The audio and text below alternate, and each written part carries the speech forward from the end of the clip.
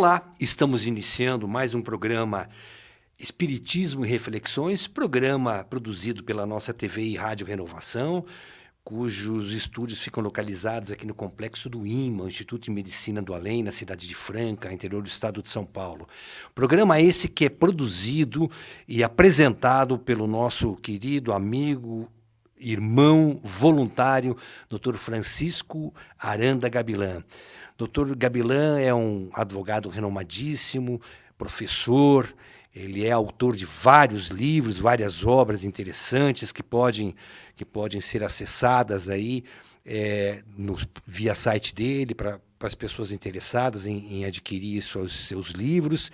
E o Dr. Gabilan também é um conferencista nacional e internacional de doutrina espírita. Ele atende aí a centros espíritas, ele atende a convites aí de instituições, entidades, corporações do mundo todo, levando o seu conhecimento adquirido aí com uma experiência de décadas e décadas de estudos, e ele compartilha isso conosco através do nosso programa Espiritismo e Reflexões. Então, o tema do nosso programa de hoje é o poder da palavra.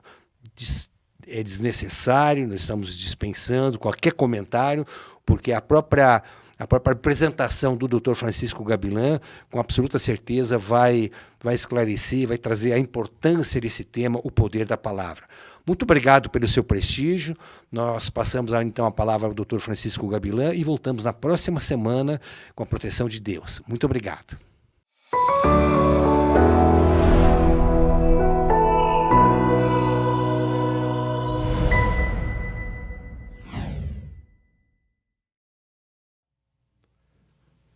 Olá a todos, com prazer que estamos novamente em Espiritismo e Reflexões. E quando se trata, na verdade, de análise de alguma temática à luz do Espiritismo, se usa tanto os princípios e preceitos morais legados por Jesus, como a lógica e a razão para a interpretação dos textos.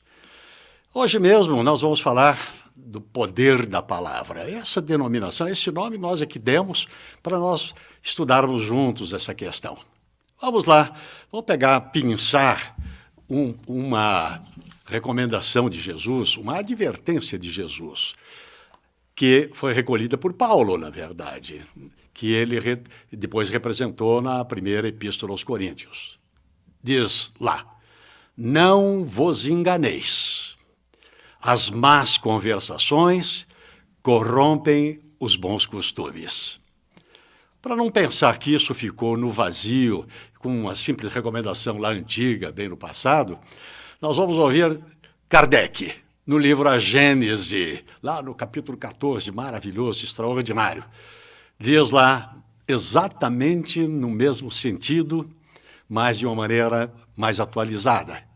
Os maus pensamentos corrompem os fluidos espirituais, como os miasmas deletérios corrompem o ar respirável. Pura ciência, na verdade, daquilo que já Paulo havia coligido em nosso favor. Vamos aí analisar essa questão. Mas vamos trazer para o dia a dia, sempre. Senão, na verdade, fica só uma conversa de erudição de citações antigas aí, né? Vamos lá, eu gostaria de fazer umas perguntas para todos. Cada um de nós, inclusive nós mesmos, vamos ficar atentos a ela. Sobre o quê? Do quê? E como nós andamos falando usando a voz e a palavra? Seria simples tagarelice? Concorre, né? Estaríamos falando de trivialidades, de futilidades? Quantos de nós não usa isso? Ou estaremos fazendo maledicências, ou seja, falando mal das outras criaturas? Muitos de nós usam da palavra e da voz para exteriorizar hostilidade com relação a outras pessoas. Ou então, uma manifestação de inveja. E mentiras, então? Mentiras ao todo tempo, a todo instante, aí nós vemos isso campeando aí. Ou então, agora vamos falar de coisa boa, estamos produzindo encorajamentos, agradecimentos, preces, harmonização, consolo, entendimento. Então, nós vimos que é possível, então, aspectos, vamos chamar de negativos e, ao mesmo tempo, aspectos positivos, esperançosos, levantador dos fluidos da criatura. Muito bem, então nós vimos que isso é um fato. Nós usamos a voz e as palavras até com uma certa irresponsabilidade, não é verdade? Como se fosse uma desconhecida e inócua propriedade. A nossa palavra, a nossa voz, achamos que é a nossa propriedade, fazemos dela o que bem entender. Mas vamos lá analisar a questão. A palavra é o verbo criador. Como é que a gente explica isso? Que verbo criador é esse? O verbo criador, a gente sintetiza que a palavra adquire um poder extraordinário e uma significação incrível quando ela é usada de forma adequada. Do mesmo modo, ela pode ser carregada de um verdadeiro magnetismo negativo quando a serviço destrutivo, com manifestações de inveja, de ciúme, de hostilidade, como nós dissemos. Como é que ocorre isso? É a pergunta. E nós vamos analisar, então, agora à luz de informações tanto da ciência quanto do espiritismo, que é ciência também. Então vamos lá. Como é que a natureza usou da técnica possível que acabou depois permitindo que nós usássemos a palavra de maneira adequada e às vezes até inadequada também. A voz foi uma aquisição evolutiva do ser. Ela não foi um presente, nem uma dádiva, não. Ela é uma dádiva no sentido de que, na evolução da criatura, é que ela foi se desenvolvendo. Milênios e milênios preparando o aparelho fonador. O aparelho fonador é todas essas vias aéreas que são utilizadas para a gente expressar a voz. E, sabe, meus queridos, tenho repetido costumeiramente aquilo que André Luiz nos ensinou, inclusive, na genealogia do espírito. Nós não somos de hoje, somos uma criatura que tem uma vivência, nós, espíritos, uma vivência extraordinária ao largo de muito tempo. E ele diz lá que nós temos, na genealogia espiritual, ou seja, na evolução espiritual, nós temos a bagatela de 15 milhões de séculos. Ou seja, 1 bilhão e 500 milhões de anos de evolução. E, ao largo de todas essas vivências, nessas etapas todas, desse 1 bilhão e 500 milhões de anos, nós tivemos uma variada manifestação, múltipla manifestação do pensamento fragmentário. O que é pensamento fragmentário? São as ideias relâmpago num estágio nosso de evolução. Hoje em dia, a animalidade chamada inferior, os animais que estão também em franca evolução, eles têm o pensamento, as ideias relâmpago, ou seja, o pensamento fragmentário. Nós tivemos também, e os animais persistem ainda tendo, os animais inferiores. Agora, quando nós adentramos para a humanidade, para a hominidade, no nosso ciclo de evolução, que é esse que nós vivemos hoje, mas ainda num aspecto de transição daquele pensamento fragmentário, passamos a adotar o pensamento contínuo, qual seja a possibilidade de nós formularmos um raciocínio completo. E a palavra agora, então, começou a ganhar uma força energética controlada pela mente. A mente, ela não é pertencente ao corpo físico, pura e simplesmente. As criaturas, quase todas, entendem, acham que o pensamento é burilado no nosso cérebro, mas, em verdade, não. O cérebro é um órgão do corpo físico, que ele é responsável para impulsos magnéticos, para comando do corpo físico. Mas o pensamento, ele é burilado com relação às necessidades, aos objetivos e aos interesses da criatura, ele é burilado na mente. E a mente, a sede dela é no espírito, porque ela não é um lugar no espírito, ela é uma propriedade do espírito. E, portanto, através da mente, ao emitir um pensamento, ela emite ondas como um verdadeiro dínamo gerador que atua de forma consciente, que quer dizer que ela é burilada, ela é estudada, ela é metodizada. E ela transporta nessa expansão um sentimento e ondas mentais. E ao lado dos gestos e do olhar, e também do apuramento do ouvir, que também é muito importante aí nesse contexto todo, a palavra carrega uma força energética viva. Ou seja, daí ela ser o verbo criador. Até porque o pensamento, ele é um tipo de matéria altamente essenciada. É isso mesmo. A concepção do pensamento é que ele é energia é igual a matéria na velocidade da luz ao quadrado, ou seja, em algo completamente incompreensível para quem começa, como nós, a engatinhar nesse conhecimento aí. Vamos dar alguns exemplos de manifestação no mundo físico, criando esse verdadeiro campo de força que o pensamento faz ao ser emitido, essa força energética. E eu estou colando essas ideias aqui do nosso Emmanuel. Ele diz lá, o bruxo, sabe? O bruxo, aquele que desenvolve lá algumas coisas contra as outras criaturas, ele endereça vibrações deprimentes. E consegue alcançar desde que alguém entre na frequência, na sintonia daquela emissão daquele pensamento. Já o sacerdote, ele emite raios mentais enobrecidos. Tem de ser assim, para poder fazer com que as criaturas se conscientizem de que o bem é que deve vigorar. O médico, por exemplo, que nós conhecemos do dia a dia, ele cria um clima favorável para a restauração da criatura. Hoje em dia, inclusive, a medicina tem se voltado, como no passado, à conversa com o paciente, para, inclusive, melhorar o seu estado físico, né? O professor já estimula o aprendizado e o conhecimento. Ou seja, essa expansão energética produz efeitos no mundo físico, no mundo que circunda de quem está expressando. Assim, a mente do espírito é um verdadeiro dínamo complexo de matéria mental. Estou repetindo uma frase do André Luiz, que nos elucida sobre o assunto. Todos os sentimentos podem ser expressados nas palavras. Vamos ver, toda vez que a gente cuida de um assunto profundo desse, para não parecer que fica ou mera filosofia, ou alguma coisa escarafunchando problemas científicos ou temas científicos, nós vamos ver o que Jesus disse para nós a respeito da palavra e da voz. Olhem só, e Jesus anotado por Mateus. Mateus é 15, 11, 13, 17, que nós vamos falar aqui.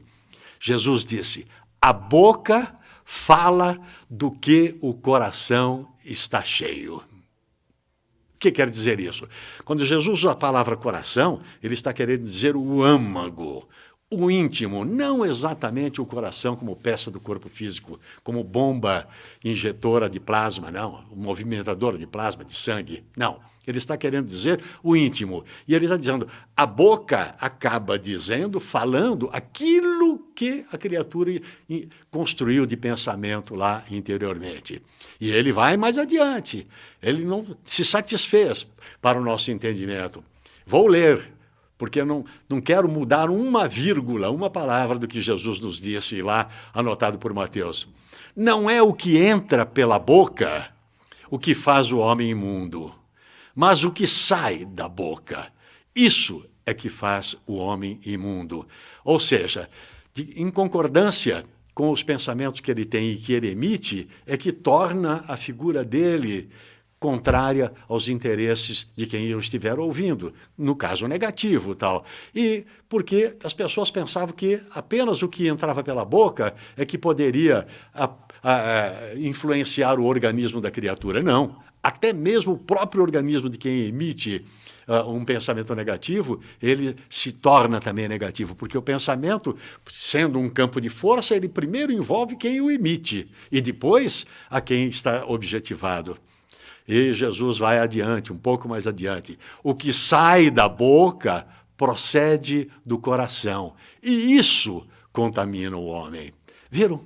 Na verdade, quando uma pessoa injuria a outra, ou tem um sentimento de ambição sobre a outra, de prevalência, de impulsos negativos com relação a ela, de ciúmes, de maldade, a impressão que dá é que ele provoca um mal-estar na criatura que está sendo objetivada. Também.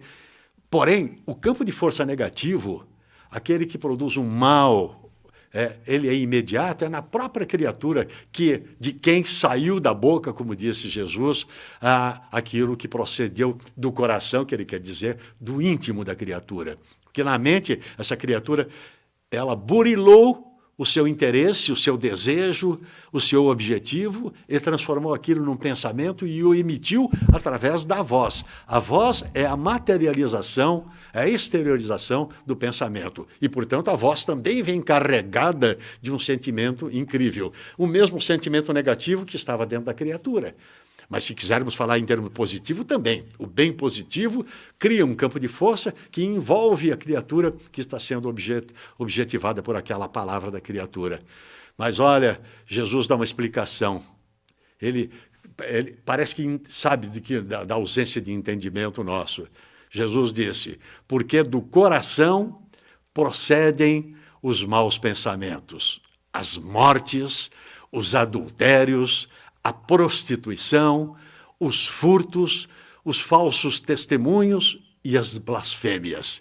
Isso está anotado por Mateus e está lá no nosso Evangelho segundo o Espiritismo, literalmente. As palavras que nós usamos aqui foram lidas do ensinamento de Jesus.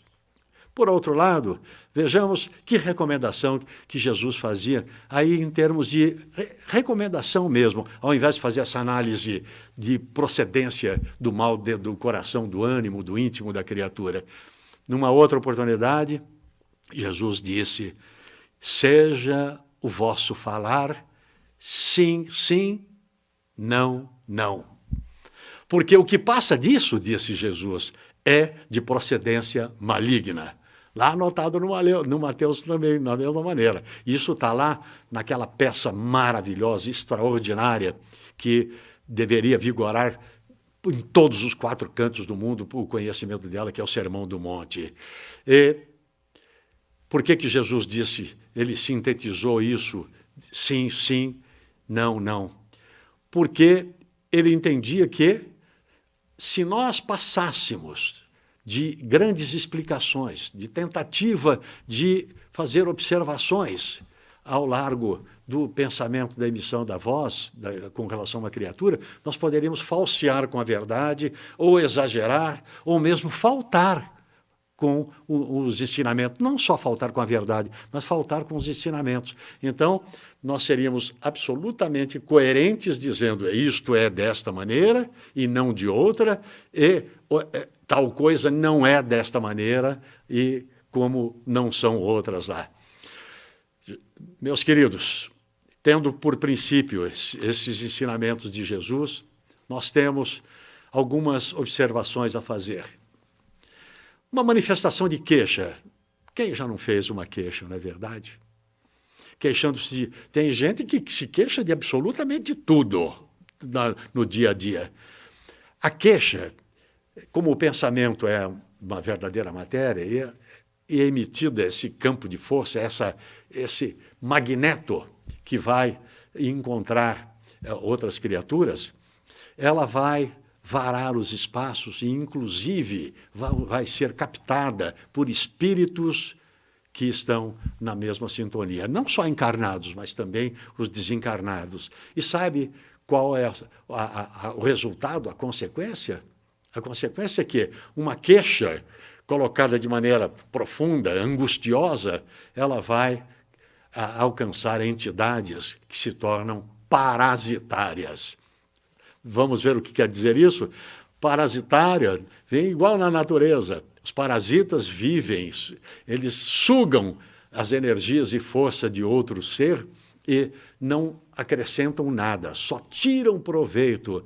E essas entidades parasitárias, no mundo espiritual estão atentas a quando nós abrimos uma janela de uma queixa, elas incentivarem o mal-estar coletivo delas e de nós também. E quando são contadas mentiras, lembra que a gente fez a pergunta, será que a gente anda falando mentira? Aí cria, na verdade, um sistema que é denominado de animismo. Vamos explicar?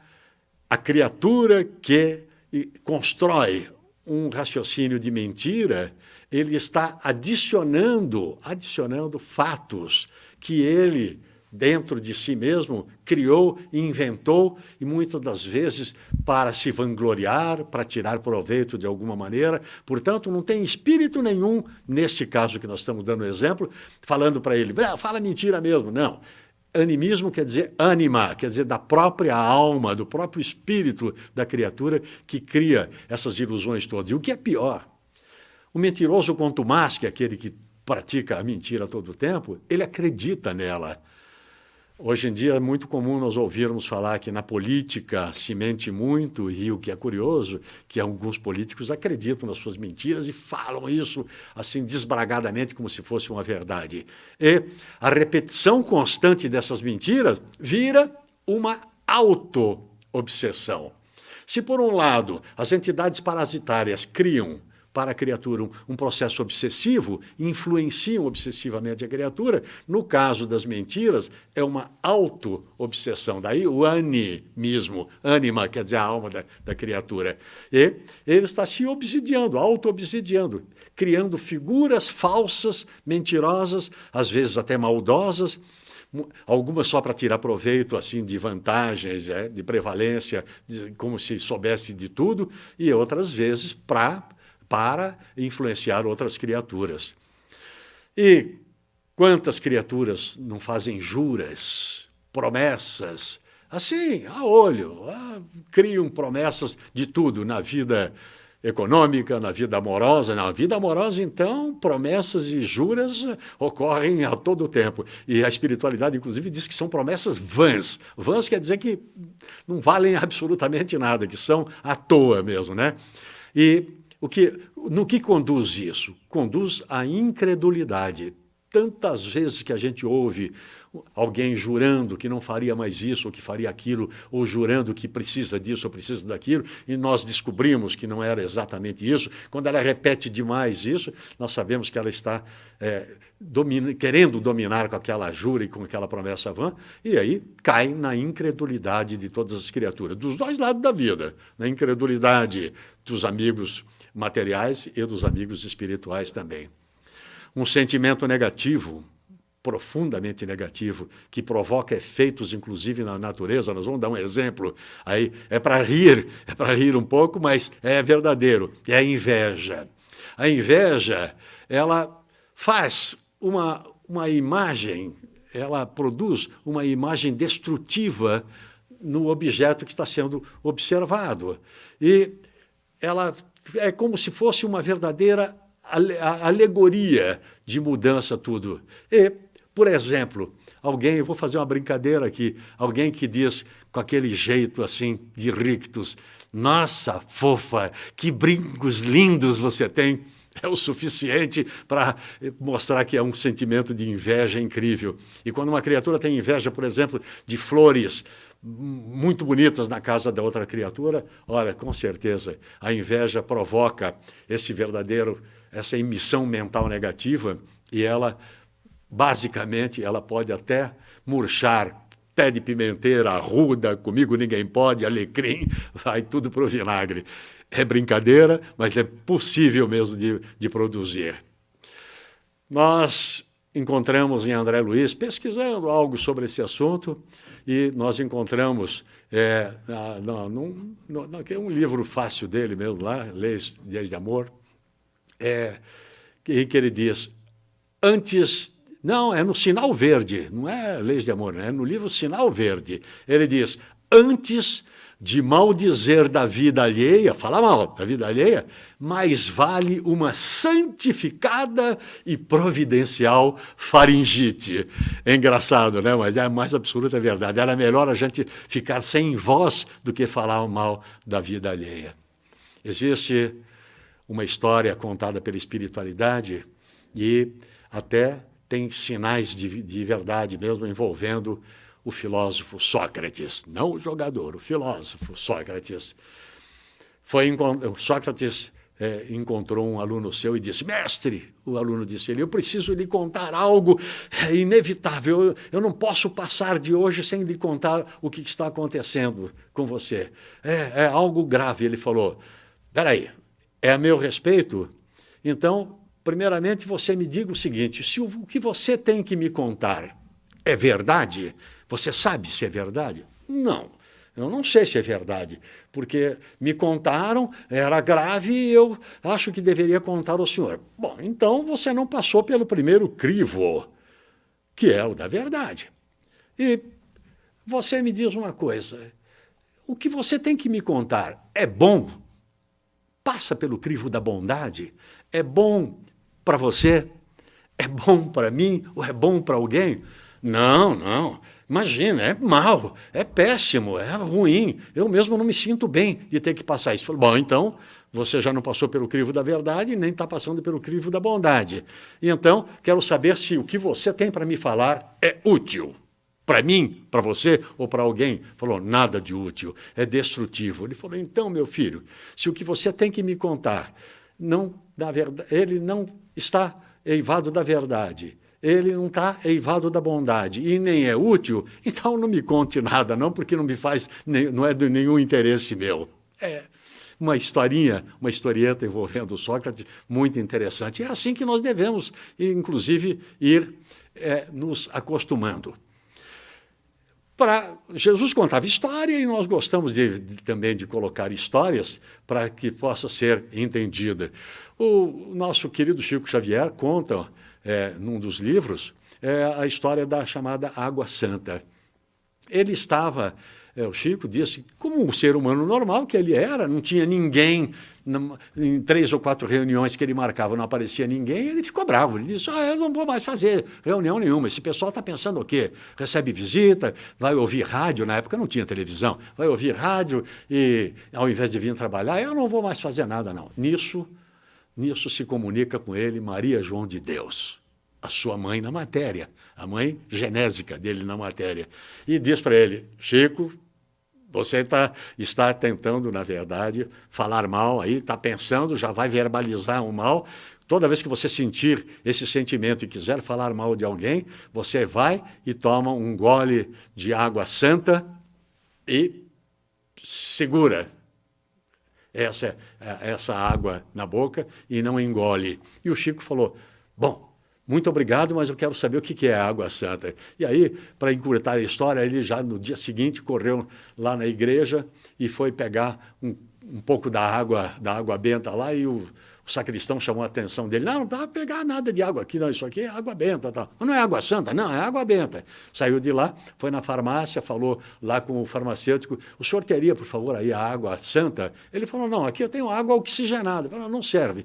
E aí ele ficou aborrecido e resolveu, naquela noite, evocar o espírito de sua mãe, Maria João de Deus, e falou para ela: eu precisava saber, para poder usar no meu dia a dia, o que é a água santa. Ele falou: olha à tua esquerda. Ele olhou, tinha lá uma moringa. Moringa é, na verdade, uma talha de água que se usava muito para a água ficar fresca. Ela disse: vai lá e põe meio copo e ingere, mas não engole. Fica com ela presa até passar a vontade de falar mal da vida alheia. Nós encontramos, a propósito desse assunto, um provérbio árabe muito oportuno. Cura-se a ferida que uma espada faz, mas é incurável a que faz a língua.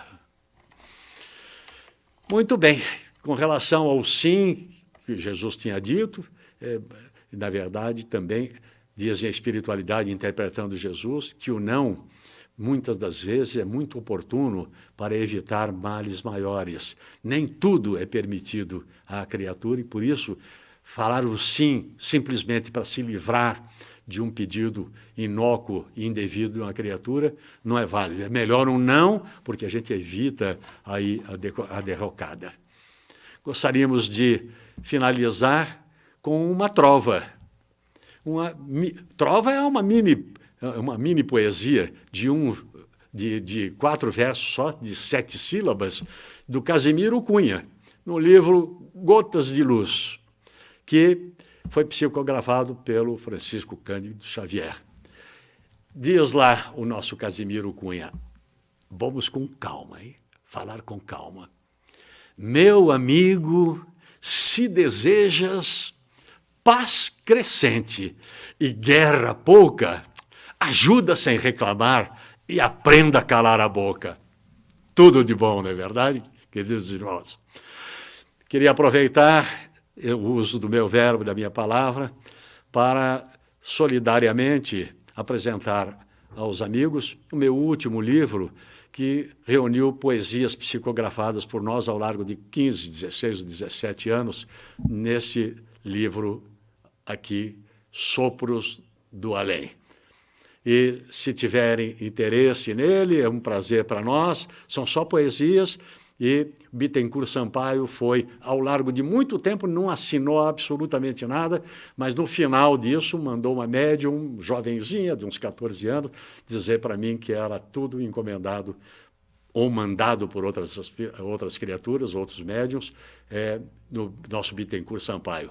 É uma edição da editora Solidum, um livro de capa dura, muito bonito, muito bem, e tem uma pessoa que eu conheço um pouco, no verso dele, e me dará um imenso prazer se entrarem no site da editora. Só colocar a editora Solidum lá no Google, já vai direto para eles e faço a encomenda. Por hora, até o próximo encontro nosso. Fiquem com Deus.